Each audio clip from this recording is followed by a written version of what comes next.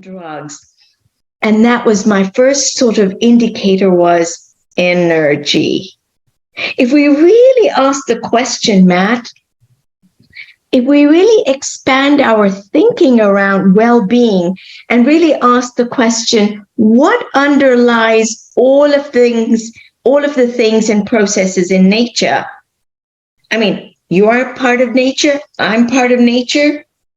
Nature's not something out there that you observe, through the window. It's there and I'm over here. You are nature and so am I. And the fundamental question I began to ask is, what drives all processes in nature? And nature is everything, the cosmos, the plants, the trees, and you and me. And that comes down to one common denominator, and that's energy.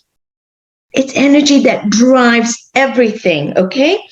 And so if we really think about health, then you have to have a shift of frame of reference from just chemicals to energy. Now, I'll tell you, in medicine, we don't talk like that. We don't talk about energy imbalances and energy shortages. The way we think about energy in medicine is really, really tiny. Food. What are you eating? And calories, right? That's what we think about. But energy is vast. It's far bigger than just food that you're eating. And that was my first realization. If we think in terms of energy, then we start to think in terms of energy as a raw material to wellness. We think of energy as our currency to well-being. We think of energy as the body's internal battery. Are we charging up or are we really depleted? Because that's what I see in medicine. And I'll come back to that in a moment. I talked about energy as a currency. Let's just look at that. Say you have $1 of energy in your bank in the morning when you first get up. Where are you spending that? Are you going to have energy currency in the radio, CNN? Then you're going to get depleted? Or what are you going to replenish yourself? How much energy are you spending uselessly?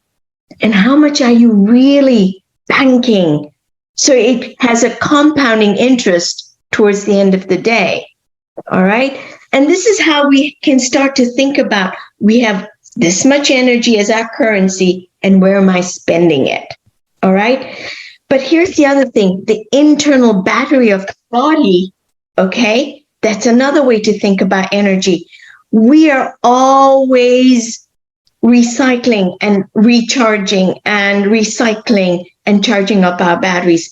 Some energy sources deplete us. It completely depletes us. And we think that everything that we think in terms of taking in of energy is equivalent. Nothing could be further from the truth. Some things that we eat will deplete us. And I'll give you a really cool example, because this happened to me and I was observing myself. So I go to see my mom, and I grew up in Kenya, and I grew up eating a very favorite food, sweet corn. And she thought, I'm going to make boiled sweet corn for Nisha. And I'm at the table and my eyes went, woo, sweet corn. And you know what happened? I'm eating the sweet corn, and literally I'm at the table and I really felt like this. In other words, this food was not beneficial. I was observant enough saying something's wrong. And my mom says, are you okay? And I said, no, I'm not okay. And in fact, I didn't finish the sweet corn. I had to lie down.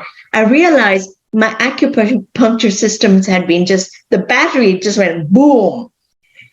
I never bought that sweet corn again. That was sweet corn, packaged, those 4 ears of corn in a plastic wrapper in Trader Joe's. You don't do that, okay? So how do we then find out what's good for us energetically? Because I wasn't feeling good after eating sweet corn. It wasn't, a day later or no, it was right away. And I said, something's wrong. And who was at the table was my brother. He didn't touch the sweet corn. I did. Okay. So it was a very interesting experiment for me to find out that even our foods have an immediate impact on our energy, and we better get savvy about our sources of food. Okay. And it brings me to this notion of what I deal with as a physician, which is fatigue, which is brain fog, which is rashes, joint pain, inflammation. I deal with inflammation every single day, right? I see inflammation in my patients, and they come with joint pain and pain in general. And we ask them, do you have redness? Do you have warmth? And those are clinical signs of inflammation. But I think by the time they have that, it's too late. By the time I measure their blood tests and say, hey, your SET rate is super high and your C-reactive protein is super high, it's too late. We should have done these things long ago because they're eating that sweet corn. They're eating, creamers with canola oil. They're eating stuff that they don't really realize. And so now I tell my patients, could you tell me what you ate for breakfast? And some of them sort of sheepishly look at their shoes, I